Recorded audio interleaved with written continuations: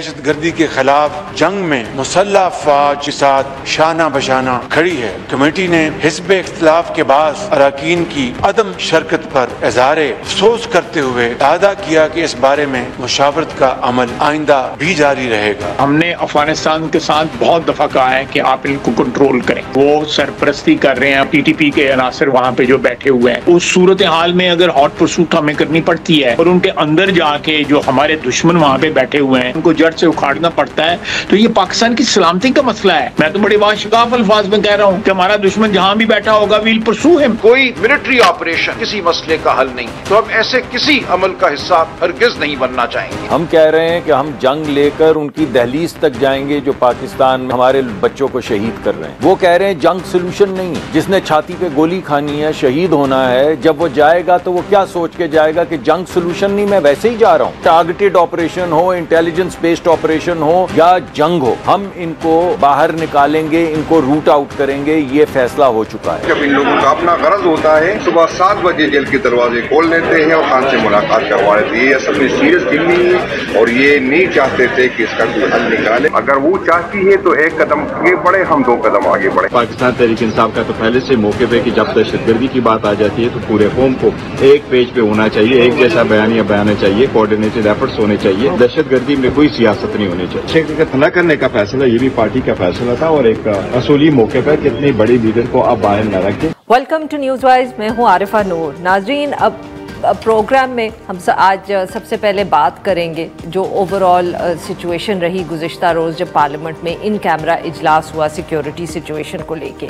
ये in camera इजलास जो है ये जो बलूचिस्तान में जाफ़र एक्सप्रेस का वाक़या हुआ उसके बाद बुलाया गया था। इस इजलास में जो जिसकी सदारत जो थी वो स्पीकर नेशनल असम्बली ने की। वहाँ वज़ीर आज़म साहब भी मौजूद थे, सियासी कायदीन भी मौजूद थे, चारों वज़राए आला जो हैं वो भी थे, आर्मी चीफ भी और वफाकी वज़रा। मतलब कि it was obviously a small gathering. सारी पार्लियामेंट तो वहाँ नहीं मौजूद थी, मगर हम कह सकते हैं कि जो अहम शख्सियात थीं वो तकरीबन सभी वहाँ मौजूद थी। इजलास में अस्करी क़यादत ने जो सारी सिक्योरिटी सिचुएशन है इसके ऊपर ब्रीफिंग दी और दूसरी तरफ जो अपोजिशन की जमातें हैं, ख़ास तौर पे पाकिस्तान तहरीक इंसाफ, PK मैप और अख्तर मेंगल साहब, इन सब ने बॉयकॉट किया इस इजलास का। आर्मी चीफ और वज़ीर आज़म दोनों ने इजलास में तकरीर भी की, उन्होंने ख़िताब किया। आर्मी चीफ के जो कमेंट्स हैं जो उन्होंने वहाँ तकरीर की उसके ऊपर काफ़ी बहस हो रही है। ख़ास तौर पे उन्होंने जो ये बात की कि हम गवर्नेंस के खला को कब तक फ़ौज और शोहदा के खून से भरते रहेंगे। उन्होंने साथ में ये भी कहा कि पाकिस्तान को नरम नहीं एक सख्त गिर रियासत बनाएंगे, मुल्की सलामती से बड़ा कोई एजेंडा नहीं है। जो एलामिया सामने आया उसमें एज सच कोई हम कह सकते हैं कि ऐसी कोई नए ऑपरेशन की अनाउंसमेंट या कोई बहुत इस तरह के ठोस इक़दामात जिसको हम कह सकेंगे जी ये फ़ैसला हुआ है वो फ़ैसला हुआ है, वो तो नज़र नहीं आ रहे थे। मगर ये कहा गया है कि जो अस्करी क़यादत है और सियासी क़यादत है वो खारिज और दहशत गर्दों से निमटने का फ़ैसला उन्होंने कर लिया है। वज़ीर दिफ़ा ख्वाजा आसिफ साहब ने जो इंटरव्यूज़ दिए आफ्टर द कमेटी मीटिंग, उन्होंने उसमें बताया कि अफ़गानिस्तान के अंदर भी कार्रवाई हो सकती है। उन्होंने कहा कि जो हमारे वजूद का दुश्मन होगा उसके पीछे हमें किसी भी मुल्क जाना पड़े तो हम जाएंगे। सेनेटर मुसद्दिक मलिक साहब ने भी कुछ इस कस्म की गुफ्तगू की जिससे इशारा यही मिलता है कि शायद अब अफ़गानिस्तान में भी पाकिस्तान की तरफ से कुछ हमले किए जाएंगे या कुछ ऑपरेशंस किए जाएंगे। पाकिस्तान तहरीक इंसाफ ने जो बॉयकॉट किया इस इजलास का उस पर बहुत तनकीद की गई हुकूमत की तरफ से।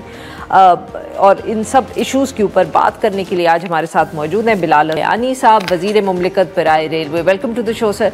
सर आज आप पहली दफ़े आ रहे हैं आफ्टर द कैबिनेट एक्सपेंशन, मेरे ख्याल में बड़ी मुबारक भी आपको देनी है ना सर मिनिस्टर बनने की। जी बहुत शुक्रिया जी, अस्सलाम वालेकुम, thank you for having me on your show.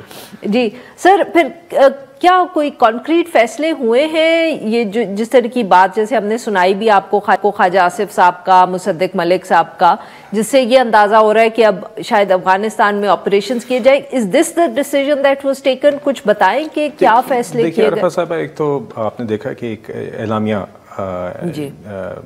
Publish किया गया था, या बल्कि प्राइम मिनिस्टर साहब ने बाकायदा वो एलामिया पढ़ा था जो कि ब्रॉडकास्ट भी हुआ था, अदरवाइज तो एक इन कैमरा ब्रीफिंग थी। तो आई थिंक उसमें सारी चीज़ें क्लियर हैं एंड आई थिंक उसमें चाहे वो रीअफर्मिंग द कमिटमेंट कि हमने फिर से दहशतगर्दों के ख़िलाफ़ जो एक जदोजहद जारी है वो हो, चाहे वो सोशल मीडिया प्रोपेगेंडा या प्रोपेगेंडा ओवरऑल उसके ख़िलाफ़ जो एक जंग है वो हो, चाहे वो दहशतगर्दों के को ढूंढ कर उनके लॉजिस्टिकल भी जो नेटवर्क्स हैं उस पर भी एक्शन लेना हो वो हो।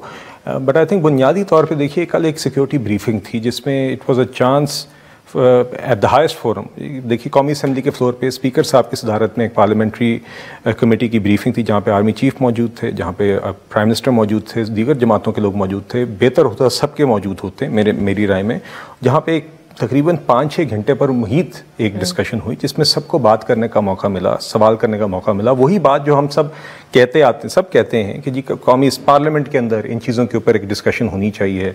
जो मुतलका पार्लियामेंट में तो सर अभी भी नहीं हुई ना, कमेटी में इन कैमरा थी। But parliamentary committee is still a part of parliament ना जी, it is a parliamentary forum and वो for various security reasons like other parts of the world एक इन कैमरा ब्रीफिंग हुई ताकि खुल के बात हो सके, ताकि और जिसमें ऑपोजिशन के लोगों को भी दावत इसलिए दी गई थी ताकि वो आके अपनी बात भी कर सकें, सुन सकें। वही चीज़ जिसका मुतालबा वो आके रोज़ाना करते हैं, चीखें मारते हैं, किताबें मारते हैं, मेज़ पे कागज़ फाड़ते हैं।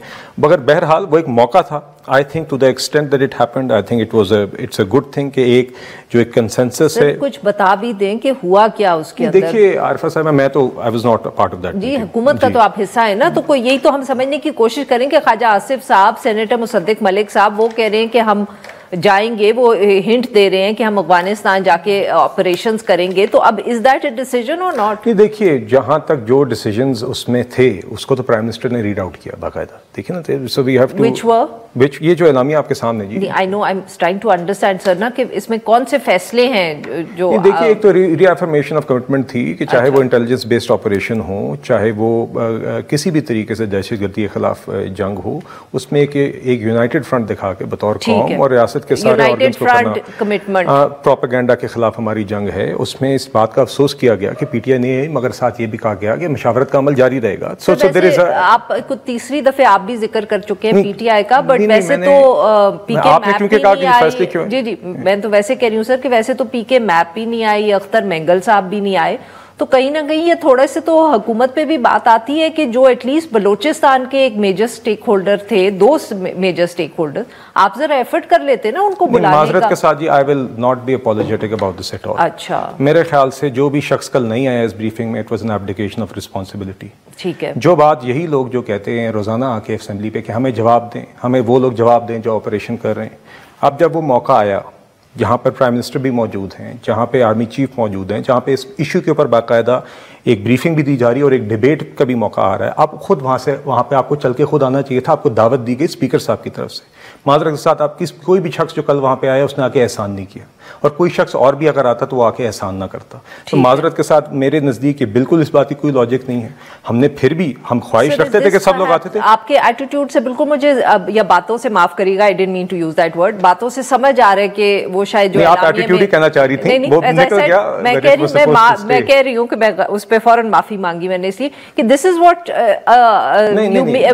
Let me complete my question, कि जो एक हार्ड स्टेट का भी जिक्र है एलामिये में, कि ये आपका हुकूमत का अब मौक़िफ़ होगा कि अगर कोई लोग नाराज हैं या अपसेट हैं तो ये काम रियासत का नहीं है कि उनसे बात करें, उनको समझाने का। नहीं, मैं पूछ रही हूँ। जी, तो मैं आपको बताता हूँ, हरगिज़ ऐसा नहीं है। देखिए सबसे पहले आप अगर पार्लियामेंटेरियन हैं और आप एक जमात हैं और आप PTI for example, what is meant by this? जी, जो कास्ट we have less time also, no, but you asked a question hard state में भी बताइएगा। माजरत के साथ I can not, I am sorry, आपने विद सर्टेन आपने एक एस्पर्शंस के साथ एक सवाल किया, तो I will answer this with all due respect. देखिए सबसे पहली बात यह है कि ऐसा हरगिज़ नहीं, आपने 2-3 एलिगेशंस लगाई हैं, इसलिए आई हैव टू एड्रेस दोस। सबसे पहले हरगिज़ ये नहीं है कि किसी से मुशावरत नहीं करनी, मुशावरत का ही अमल जारी रखने की बात हुई।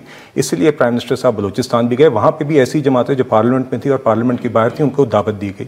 ये एक पार्लियामेंट्री कमेटी की मीटिंग थी जिसके अंदर पार्लियामेंटेरियंस को दावत दी गई थी। जो पार्लियामेंटेरियंस का आना फ़र्ज था, अगर वो कहते हैं वो आवाम का नुमाइंदे हैं, वो कमेटियों में आते हैं, असेंबली के फ्लोर पर आते हैं, तो यहाँ पर भी आके कौमी इशू के ऊपर आके आना उनका फ़र्ज था, किसी पर एहसान नहीं था। इसका हरगिज़ ये मतलब नहीं है कि हुकूमत हम अपनी एफर्ट जारी नहीं रखेंगे अदरवाइज मुशावरत की, मगर यहाँ पर एक मौका था, they should have come, they wasted that effort, they abdicated their responsibility.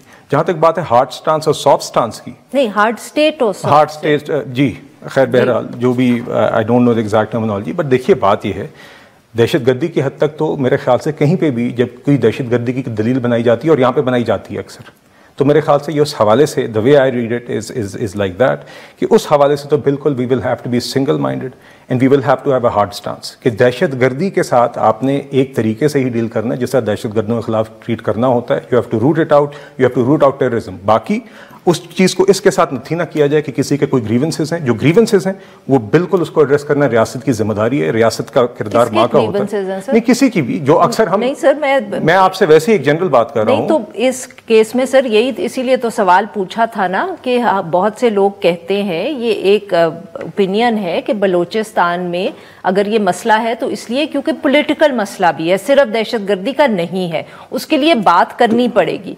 तो ये जो हार्ड स्टेट है या ये जो ग्रीवेंसेस हैं जो आप कह रहे हैं कि जिम्मेदारी है, वो किसके ग्रीवेंसेस हैं, आपने किससे बात करनी है? Exactly, you asked the right question. देखिए दोनों चीज़ों को मेरे नज़दीक डीलिंग ही करना ज़रूरी है। कोई भी शख्स जब ट्रेन का ट्रैक को फाड़ के ख़वातीन और बच्चों निहत्ते बच्चों को या शहीद करेगा या फ़ौज पाकिस्तान के जवानों पर हमला करेगा तो माजरत के साथ इसकी कोई दलील नहीं, इसका कोई जवाज़ नहीं। जहाँ तक किसी के पॉलिटिकल ग्रीवेंसेस की बात है, बलूचिस्तान में बिल्कुल ग्रीवेंसेस हैं। इसके हैं सर, मैं तो यही पूछ रही हूँ आपसे। ये एक अलहदा मौजू है, मैं कह रहा हूँ जो भी हैं। नहीं तो वो सर क्या अलहदा मौजू क्या है? बलूचिस्तान की बात हो रही है, बलूचिस्तान के अंदर डेवलपमेंट के मसाइल हैं, लोगों के हकूक के ऊपर लोग आवाज़ उठाते हैं, दीगर बातें हैं, वो बातें किससे बात करनी है उसके ऊपर? आप देखे आपने प्राइम मिनिस्टर साहब उस दिन गए, सियासी जमातों को इर्द गिर्द मेज पे बैठाया, वो जो पार्लियामेंट में मेंगल साहब को से आप वो इस्तीफा दे के चले गए पार्लियामेंट से, उनकी कुछ ग्रीवेंसेस हैं, हमें तो कभी नहीं नजर आया कि हुकूमत ने कोई रीच आउट किया। उसी दिन गए थे उनको रोकने के लिए, जिस दिन इस्तीफा दिया गया था उसी दिन हुकूमत उनके लॉजेस में गई। अच्छा, so that is नहीं it. उसके बाद फिर भी आज भी देखिए दावतें उनको जाती हैं, हम चाहते हैं कि वो आए, हम चाहते हैं वो इस अमल का हिस्सा हो, वो एफर्ट्स भी जारी रहेंगी। मगर मैं आपसे यही कहना चाह रहा हूँ वो एफर्ट्स तो वो अख्तर मेंगल के ही ग्रीवेंसेस हैं, सिर्फ उन्हीं से आपने बात करनी है। मैंने ऐसा कहा ही नहीं है, ये तो you're putting words in my mouth. I am not putting words sir, but I'm trying to tell you in general, मैं आपको एक ओवरऑल ही बात बता रहा हूँ कि दहशतगर्दों को दहशतगर्दों की तरह ही निपटा जाएगा, उसकी कोई आइडियोलॉजी नहीं। और जो सियासी कोई भी ग्रीवेंसेस हैं, चाहे वो मेंगल साहब के हैं, चाहे वो बलूचिस्तान के किसी भी नुमाइंदगी के हैं जो कि आवाम की नुमाइंदगी करते हैं, वो जमातें चाहे नेशनल असेंबली में हो या ना हो, उनके साथ मिल बैठ के उसकी इश्यूज को समझना, डिलिबरेट करना, उसका हल निकालना, उसका पॉलिटिकल सोल्यूशन निकालना, ये जिम्मेदारी है। और प्राइम मिनिस्टर ने इसी की ही बात की थी जब वो क्वेटा गए थे। नहीं सर, बट यही तो मैं आपसे समझने की कोशिश कर रही हूँ या पूछ रही हूँ ना कि आप अगर सिर्फ सियासी लोगों से ही बात करेंगे जो आपके ख्याल में सियासी लीडर्स हैं जैसे अख्तर मेंगल साहब, तो शायद मसला हल ना हो, because there is a large number of people in Balochistan जो अब किसी सियासी जमात के साथ नहीं है। अब मसला ये है कि क्या आप लोगों ने उनको मेन स्ट्रीम में लाना है, उनसे गुफ्तगू करनी है, या आप सिर्फ अख्तर मेंगल साहब से या महमूद खान अचकज़ई साहब से बात कर लेंगे और आपके ख्याल में वो काफी है? ये आइडेंटिफाई हुकूमत नहीं करना है ना, आपको ये आप से पूछने की हम कोशिश ये कर रहे हैं कि आपके ख्याल में कौन है लोग बलूचिस्तान में जो नाराज हैं और जिनकी ग्रीवेंसेस आपने एड्रेस करनी है? देखिए आमतौर पे तो तरीकाकार यही है ना जी कि जो लोग रिप्रेजेंटेटिव हैं, चाहे वो सूबाई असेंबली में या कौमी असेंबली में हैं या जो मेन स्ट्रीम जमातें रही हैं, इलेक्शंस के ऊपर बहुत सारे इल्जामात भी हैं। अब्दुल मालिक बलोच साहब फॉर एग्जांपल वहाँ पे मुशावरत की मेज पे मौजूद थे, वो कौमी असेंबली में तो उनका वजूद नहीं है अभी, मगर उनको भी उस दिन शामिल किया था। और प्राइम मिनिस्टर साहब ने आगे यही बात की थी कि आगे भी मुशावरत का अमल जारी रहेगा और उसके अंदर स्टेक होल्डर्स को शामिल करेंगे, वो भी मुशावरत के साथ तय करेंगे कि किन किन के साथ कब कब मिलेंगे, मगर मुलाकातों का सिलसिला जारी रहेगा with an open mind to try and understand the issues and to address them इंशाल्लाह। Sir very quickly, this is not related but it's an important issue. आज हसन नवाज साहब के हवाले से यूके से खबर आई है कि वो एक टैक्स डिफॉल्टर है वहाँ। नहीं देखिए मेरे इल्म में तो ये खबर नहीं है, मगर I am not entirely sure जी, मगर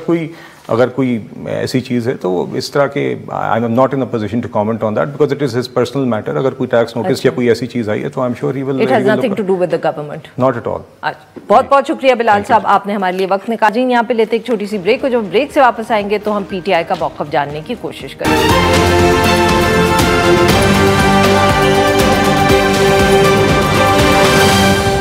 वेलकम बैक नाजरीन, हमारी गुफ्तगू जारी है जो इन कैमरा ब्रीफिंग हुई है पार्लियामेंट पे कमेटी की, और अब हम जानेंगे पाकिस्तान तहरीक इंसाफ का मौक़िफ़। और इसके लिए हमारे साथ मौजूद हैं फैसल चौधरी साहब, वकील हैं, पाकिस्तान तहरीक इंसाफ के बानी इमरान खान साहब के, और वैसे भी पार्टी से वाबस्ता है।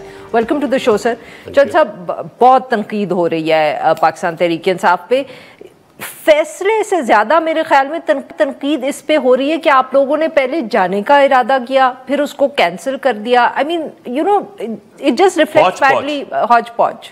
हाँ, ये बात दुरुस्त है कि पहले इनफैक्ट मेरी बात हुई है, मैंने आमिर उगर साहब से पूछा दूसरों से कि ये, उन्होंने कहा जी हमने कोई हतमी लिस्ट नहीं भेजी थी, ये तो वो प्रपोज नेम थे। तो मैंने कहा पब्लिक खर्चे कर देंगे वो पहले। मैंने कहा नहीं, ये आपको नहीं करना चाहिए था। दूसरे पर जब फैसला हो जाता तो सुबह भेज देते, कौन सी इतनी कीमत थी। एनीवेज वो सोशल मीडिया का प्रेशर भी आया, फिर वो पार्टी के अंदर जो पोलिटिकल सुने आपके इत्तेहादियों ने भी बहुत शोर डाला जी, उसमें महमूद खान चकजई वगैरह ने शोर मचाया, लेकिन पार्लियामानी कमेटी में ये अप्रूव हो गया था, मुझे गौर खान ने बताया। सो ये फिर इमरान खान साहब से कल जब मुलाकात हुई तो उनका एक, देखें दहशतगर्दी की खान साहब से आपकी बात हुई, बस माफ करिएगा because please do tell us कि इमरान खान साहब से कल जब मुलाकात हुई वकला की, तो वहाँ पे क्योंकि चेयरमैन और जनरल सेक्रेटरी में भी मौजूद था, तो उन्होंने कहा कि वो उन्होंने फैसला किया है, और ये उन्होंने कहा कि आप इसलिए उसको पे जाना नहीं बनता था कि दो चीज़ें हैं, एक तो फेडरेशन को जो रिप्रेजेंट करने वाली सबसे बड़ी पार्टी के लीडर आप इन्वाइट करें ताकि हम आप बात करें। इमरान खान साहब की अप्रोच डिफरेंट है। एक तो जाफर एक्सप्रेस के और ये जो हमले हुए थे इसके बाद पहली मुलाकात थी। अच्छा। तो उन्होंने कंडेम किया कल, उन्होंने कहा जी बिल्कुल ये हम कंडेम करते हैं, लेकिन उन्होंने ये कहा है कि देखिए ये जो आप ऑपरेशन करते हैं, और ये आज का नहीं है, इमरान खान साहब का ये स्टांस 2002 से है। वो जब 9/11 के बाद भी उन्होंने ये बात की थी, और बाद में भी उन्होंने कभी भी इसकी सपोर्ट नहीं की। वो ये कहते हैं कि आपने TTP का मामला अगर हल करना है तो वो अक्रॉस द बॉर्डर है, और तालिबान को एंगेज किए बगैर ये उनकी सरजमीन है जो इस्तेमाल हो रही है पाकिस्तान में। तो उस वक्त हमने उनको एंगेज किया जब गवर्नमेंट आई, जब अमेरिकन पुल आउट हुआ, और फिर दोहा अकॉर्ड जो है वो भी करवाया गया। अब उनका देखें, आप उनसे खिताब कर सकते हैं पॉलिटिकली, लेकिन फिर उनका एक और मामला ये था, उन्होंने ये कहा कि देखें जो सियासी जमातें हैं मुल्क को मुत्तहद वो रखती हैं, फ़ौज नहीं रखती, और 71 में भी अगर फौज सियासी जमातों को मौका मिलता है मुल्क दो टुकड़े नहीं होता। लिहाजा आप सिर्फ एक काइनेटिक ऑपरेशन कर रहे हैं, लेकिन उसके साथ अगर आप पॉलिटिकल अप्रोच नहीं बनाएंगे तो फिर आप इसको कैसे हैंडल करेंगे, और फिर कंसेंसस अगर आपने करना है। बट चौधरी साहब, मतलब कि उन्होंने इनवाइट किया ना, उन्होंने एक ब्रीफिंग रखी, उसमें सारी सियासी जमातों को बुलाया हुआ था। अब इससे ज्यादा क्या हुकूमत कर सकती है? आप लोग गए नहीं वहां। नहीं, बात यह है आपकी रिप्रेजेंटेशन चली जाती तो क्या रिप्रेजेंटेशन हमारी चली जाती, तो वो इमरान खान साहब के एंगेजमेंट के बाद के बगैर मैं आपको बताऊँ वो वसूल होती। आप इमरान खान साहब के एब्सेंस पे बड़े लोग सीख पा रहे हैं। व्हाट अबाउट नवाज शरीफ साहब absence, what about Mohsin Naqvi साहब मोहसिन नकवी साहब दी तो पार्टी कोई नहीं ना सर, उन्होंने जो पार्टी थी वो तो ब्रीफिंग देने आ रहे थे ना। अच्छा, देखे ना, लेट बी वेरी क्लियर, बात ये है कि एस्टैब्लिशमेंट को भी रिवाइज करनी है पॉलिसी। वैसे मोहसिन नकवी साहब किधर गए, मैं कुछ आपको पता है? नो आइडिया, पता नहीं किधर है, ना कोई हमारा ऑफिशियल, ना वो बलूचिस्तान के मामले पे जब ICC को जरूरत थी तो वो पाकिस्तान में थे, जब पाकिस्तान को जरूरत थी तो जरूरत है बलूचिस्तान की तो he is out. He's out of the country. He's out of the country reportedly. अब I'm not sure, जो हमें पता चल रहा है कि वो कहाँ है, किधर है, किस हाल में, नहीं पता है। तो अब बात यह है जी कि आप मियां नवाज शरीफ की एब्सेंस में और इमरान खान की एब्सेंस में पॉलिटिकल मीटिंग कर रहे हैं आप, और फिर आपका एलामिया क्या आया है कि जी मजीद कंसेंसस हम करेंगे। एलामिया में भी कोई ऐसा ठोस कदम तो नहीं उठाया गया।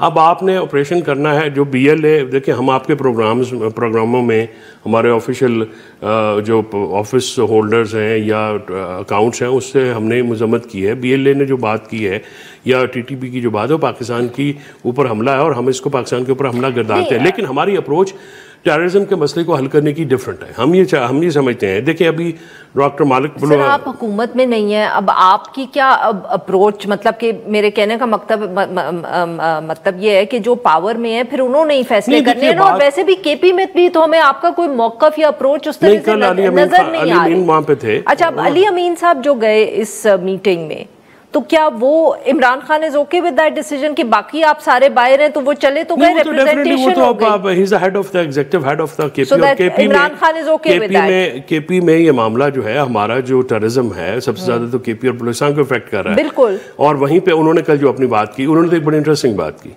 वहां पे, अली अमीन गंडा, उन्होंने ये कहा कि भाई बात ये बताएं दहशतगर्द कौन है। ये किधर उन्होंने कहा? ये जो कल मीटिंग हुई उसमें उन्होंने अपना मौक़िफ़ दिया। मौलाना साहब से भी उन्होंने 2 सवाल पूछे, वो डकबैक कर गए, लेकिन उन्होंने ये कहा कि मुझे ये बताइए कि दहशतगर्द है कौन। पहले आपने इनको जहादी बनाया, फिर तालिब बनाया, अब वो ख़ारिज बन गए। आप ये बताइए कि ये पॉलिसी कौन बनाता रहा। बड़ी ओपन बात की उन्होंने, बड़ी हिम्मत की। और फिर उन्होंने कहा जी कि मेरे ऊपर इस वक्त ATC में 200 केस तो मेरे ऊपर हैं दहशतगर्दी के। ठीक है, तो पहले आप ये तो फैसला कर लें कि दहशतगर्द है कौन। किसी ने जवाब दिया? जवाब का तो मुझे पता नहीं, मुझे सवालों का ही पता। अच्छा, चलो सवाल ही और दास्ते हो तुसी। तो हाँ, तो फिर उन्होंने ये भी कहा कि आपने ये जो केपी की फिर वो अफगान महाजरीन की पॉलिसी है उसके ऊपर भी बात हुई कि एक सैर असल उन्होंने अपना मुकदमा पेश किया।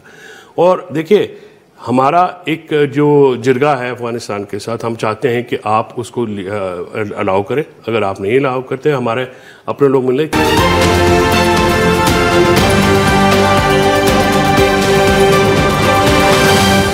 दो चीजें हैं ना यहाँ, एक तो सर ये जो आपका जो भी मौकफ या अप्रोच है ना, केपी में हमें कुछ नजर उसका नहीं आता। मतलब कि उससे कोई ये तो नहीं हम कह सकते कि केपी के अंदर कोई आप टेररिज्म को इस तरह डील कर रहे हैं कि हमें नजर आ रहा है कि it's a better way of dealing with terrorism. वहां भी वही सिचुएशन है जैसी थी जब आप लोग पावर में आए हैं। सो एक तो आपका जो भी मौकफ होता है वो मुझे लगता है टीवी स्टूडियोज तक ही है, उसकी हमें कोई ऑन द ग्राउंड इंटरप्रिटेशन नजर नहीं आती है।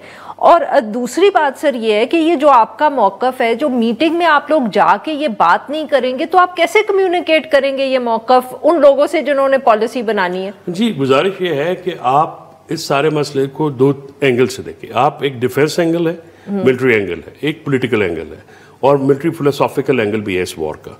आप देखिए, हमने अफगान जिहाद को बड़े करीब से देखा। We were born in it, we are fostered with it. हमने ये सारे मामलात देखे, फिर तालिबान का राइज एंड फॉल देखा, फिर तालिबान का राइज एंड फॉल देखा। तो पब्लिक में अपनी उम्र ना बताया। नहीं, I am quite senior guy now, तो अब मेरी उम्र छुपाने वाली रह नहीं गई। I am happy with my family. So issue ये है कि आप तो बहुत बात की है ना, तो आपकी तो बात तो इशू ये है जी कि इमरान खान साहब को इंडल्ज के बगैर, आप मुझे ये बताइए ना, क्या मरमाने था इमरान खान साहब से अगर आप 3 बंदों की मुलाकात करवा देते तो कोई उससे क्या क़यामत आ जाती? अगर आपने उनको नहीं बुलाना, सबसे पहली बात यह है कि इमरान खान साहब को इस मसले के ऊपर बुलाए जाने में कोई कानूनी कदगन बिल्कुल नहीं है। किसी किस्म का आपके पास पावर्स का कमी है बिल्कुल नहीं है। आप बुला सकते थे, आप उनको ना बुला के, और नवाज शरीफ को भी इनवाइट नहीं किया गया है। नवाज शरीफ, इमरान खान, महमूद खान, ये कैसे आप कह सकते हैं कि नवाज शरीफ साहब को इनवाइट नहीं किया गया? पार्टी कह रही है।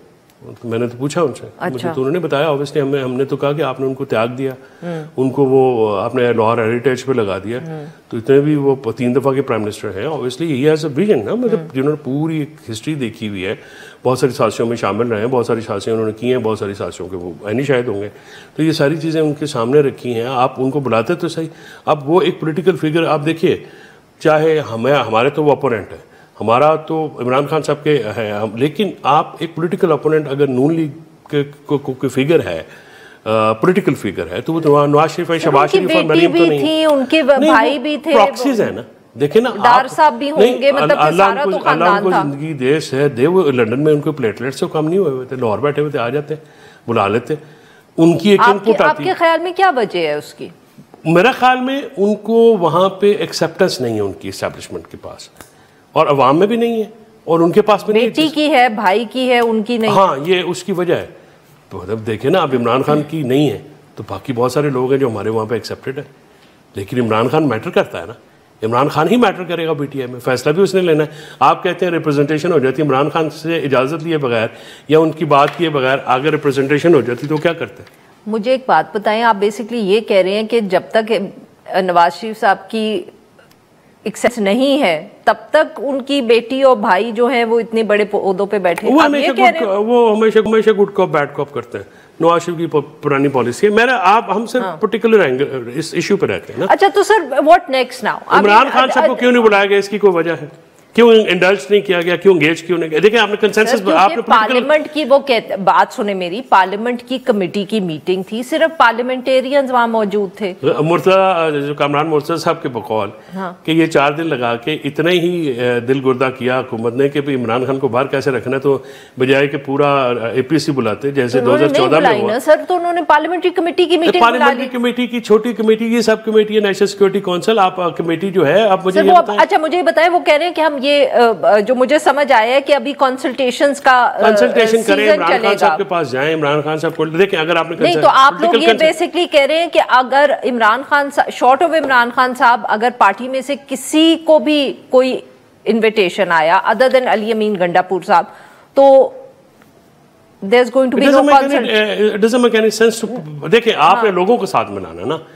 आपका एंडेवर पॉलिटिकल लोगों से बात करने का मकसद क्या है कि लोग आपके साथ आ जाएं, ठीक है। और यही कल शिकवा भी किया गया कि वो ऐसी हमें सपोर्ट नहीं मिलती है जैसे मिलनी चाहिए। उसके लिए आपने इमरान खान को ऑन बोर्ड लेना है उनको, क्योंकि लोग जो है ना, देखिए PTI में आप ये एक तलख हकायक है। मेरे बड़े मोहतरम दोस्त हैं गौर साहब, मेरा उनके साथ बड़ा ही एक एहतराम का ताल्लुक है, हमारा पुराना कलीग है, हम दोनों इकट्ठे वकालत भी करते हैं। इशू यह है कि गौर साहब जो मर्जी कर ले, इमरान खान जब तक नहीं कहेंगे, जब तक इमरान खान साहब की कॉल नहीं आएगी, PTI का वर्कर अक्रॉस पाकिस्तान उस पर लबैक नहीं कहेगा।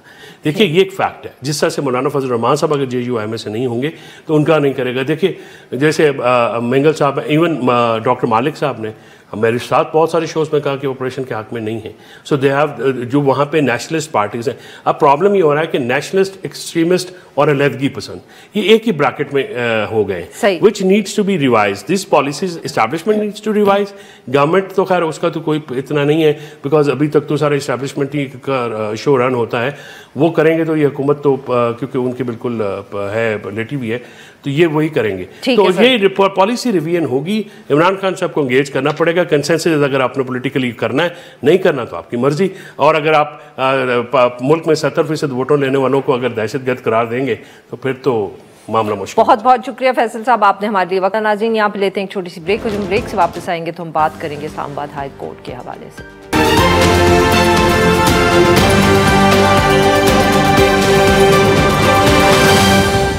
वेलकम बैक नाज़रीन। प्रोग्राम के इस हिस्से में जिक्र करेंगे हम इस्लामाबाद हाई कोर्ट का, जहां एक केस की समाअत के दौरान एक जज साहब ने बहुत सख्त रिमार्क्स दिए।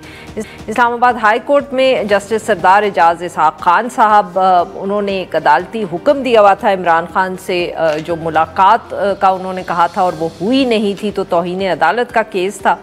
और वो जो केस था आज कॉज लिस्ट से उसको निकाल दिया गया। उस पर जब जज साहब को पता चला तो उन्होंने डेप्यूटी रजिस्ट्रार जुडिशल और एडवोकेट जनरल इस्लामाबाद को तलब किया और उनसे पूछा इसके बारे में। और जब इस पे बहस चल रही थी तो जज साहब ने यहाँ तक बात की कि जो अगर इसी तरह का कोई काम करना ही था किसी ने, तो इससे बेहतर था कि अदालत की बुनियादों में बारूद रख कर उड़ा देते उसको। इस सारे मामले पे गुफ्तगू करने के लिए आज हमारे साथ मौजूद है बशीर साहब, बहुत गहरी नज़र रखते हैं ये इस्लामाबाद हाई कोर्ट के मामलात पे। Welcome to the show Saqib साहब। जी साकिब साहब, बताएं कि ये मामला जो था 2-3 दिन से केस चल रहा था, क्या हुआ आज के जज साहब को इतने सख्त रिमार्क्स देने पड़े?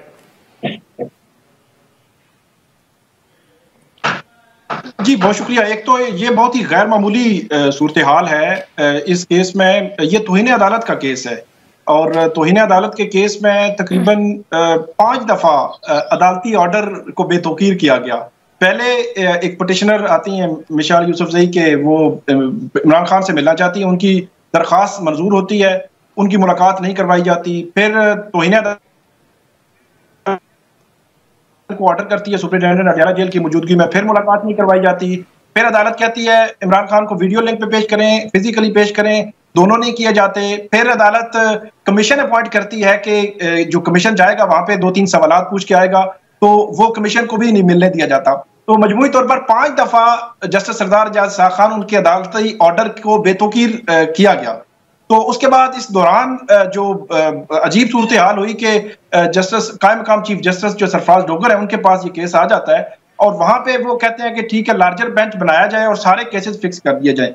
अच्छा, इसमें एक बड़ा टेक्निकली आज जो जस्टिस सरदार एजाज साहब खान ने जो रिमार्क्स और जो ऑब्जर्वेशंस दी हैं वो आपने देखा होगा 26वीं आईनी तरमीम के बाद ट्रांसफर जजेस या जितने भी मामला जो अदलिया में तब्दीलियां थी वो जो अंदर वो क्या कहते हैं कि लावा पक रहा होता है, तो वो लावा जो है वो हमें आज अमली तौर पे कहीं नजर आया है। वो जस्टिस सरदार एजाज साहब खान के ऑब्जर्वेशन रिमार्क्स के हवाले से कि किस तरह आप जो है वो सारा सिस्टम जो है वो चला रहे हैं, तो किस तरह किसी जज से एक केस उनके पास जेरे समात हो तो वो केस आप वापस जो है वो ले सकते हैं।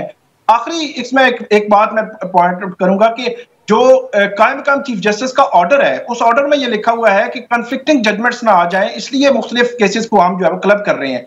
उमूमी तौर पर एक क्वेश्चन ऑफ लॉ जब किसी मामले में आ जाता है तो तब जो है वो केसेस को क्लब किया जाता है, लेकिन यहाँ पे अदालत ने इस बुनियाद पर और इसमें खास तौर पर जो पिटीशंस पेंडिंग है उनको तो आप क्लब कर सकते हैं, लेकिन तौहीन अदालत के केस को किस कानून के तहत क्लब कर सकते हैं, ये वो सवालात थे। और इस्लामाबाद हाई कोर्ट रूल्स का भी पॉइंट आउट किया जस्टिस सरदार एजाज साकिब साहब, माफ करिएगा मैं यहाँ आपकी बात काट रही हूँ कि आप जो इतने ये कानूनी नुक्ते उठा रहे हैं और जो क्लियरली जस्टिस सरदार एजाज साहब ने भी उठाए, तो आप मुझे ये बता रहे हैं सर कि चीफ जस्टिस साहब को ये नहीं मालूम था? अब ये इस चीज का मैं उनको नहीं कहता कि उनको मालूम नहीं था, लेकिन जो ऑर्डर फील्ड में आ चुका है हम उस पर बात कर रहे हैं और बहुत सारे जो माहिरीन हैं उनसे भी मेरी बात हुई कि ट्रांसफर का लॉ क्या है, तो उसमें लॉ यही कहता है कि क्वेश्चन ऑफ लॉ जब किसी मामले में मसला हो तो तब आप कर सकते हैं, और फिर तौहीन अदालत का केस को आप विड्रॉ कर ही नहीं सकते। फिर जो आज जज साहब ने पॉइंट आउट की चीज कि इस तरह का अगर आपने रास्ता खोल दिया तो कल तो किसी को भी मसला होगा तो वो चीफ जस्टिस को दरखास्त देगा और केस ट्रांसफर करा लेगा। सुप्रीम कोर्ट में भी ये सुप्रीम कोर्ट में जो मसला बना था वो डिफरेंट था कि वो जो जज हैं उनका इख्तियार ही नहीं था, जस्टिस मंसूर अली शाह, ये वहां पे नुकता था। यहाँ पे जस्टिस सरदार एजाज साहब का इख्तियार है, ये एडमिटेड है, लेकिन ये है कि उनसे केस सही क्रूशियल टाइम पे कि जब उनके वो उसको अमल नहीं किया गया उस ऑर्डर पे, और बड़ा क्लियर कट ऑर्डर था एडवोकेट जनरल इस्लामाबाद और जो सुपरिटेंडेंट अडियाला जी उनकी मौजूदगी में ये ऑर्डर हुआ था। इसके बावजूद ये नहीं हुआ और उसके बाद सारा सिनेरियो जो है बदल गया। और कल की सिचुएशन तो मुझे बहुत एक बहरानी सी नजर आ रही है कि कल 10 बजे जब जस्टिस सरदार एजाज साहब खान वही केस सुन रहे होंगे और वही केस जो है वो लार्जर बेंच के सामने तकरीबन 1 से 1.5 बजे जो है वो सुना जाएगा, और वहां पे पीटीआई की जानिब से ये भी बताया जा रहा है कि वो माफ करिएगा सर, आपकी बात यहाँ काट रही हूँ आपकी काट, तो आप ये बेसिकली बात ये कर रहे हैं कि जस्टिस सरदार साहब जो है वो वज़ीद हैं कि वो कल सुबह ये केस सुनेंगे, जबकि लार्जर बेंच की भी समाअत कल ही होगी। जी जी बिल्कुल, दोनों जो है वो बेंचेस कल ही बैठेंगे। एक 10 बजे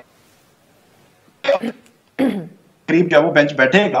सरदार साहब ये कहते हैं कि हम इसको डिसाइड करेंगे, इस मामले को अगर आपने इस मौके पर ना ठीक किया तो कल तो एक पंडोरा बॉक्स, और मेरी नजर में ठीक कर रहे हैं कि अगर आपने इस तरह का खुलेआम दे दिया तो मनपसंद के बेंच के सामने केस लगवाना, ये वो चीजें जो है वो चल पड़ेंगी। तो इसको ये तो नहीं होना चाहिए कि किसी भी जज के सामने एक केस लगा हुआ है और वो केस उनसे बगैर उनके बताए, बगैर उनकी ओपिनियन के एक बड़े क्रूशियल टाइम पे वापस ले लिया जाए। तो ये एक बहरानी कैफियत कल इस्लामाबाद हाई कोर्ट में नजर आ सकती है। अच्छा सर, और ये बताएं कि लार्जर बेंच के सामने अब कौन कौन से केसेस हैं जो पाकिस्तान तहरीक इंसाफ के जो उधर सुने जाएंगे, जिनको क्लब कर दिया गया है?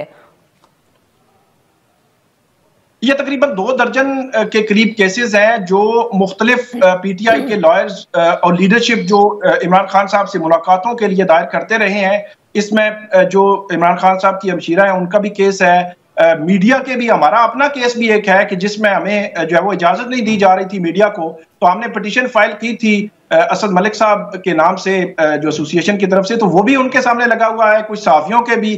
तो इमरान खान साहब से मीटिंग या वहां पे एंट्री के हवाले से जितने भी केसेस हैं, तकरीबन 27 केसेस 26-27 केसेस बताए जा रहे हैं, वो सारे अब जो है वो लार्जर बेंच के सामने लगेंगे और लार्जर बेंच उनको सुनेगा और आगे बढ़ाएगा।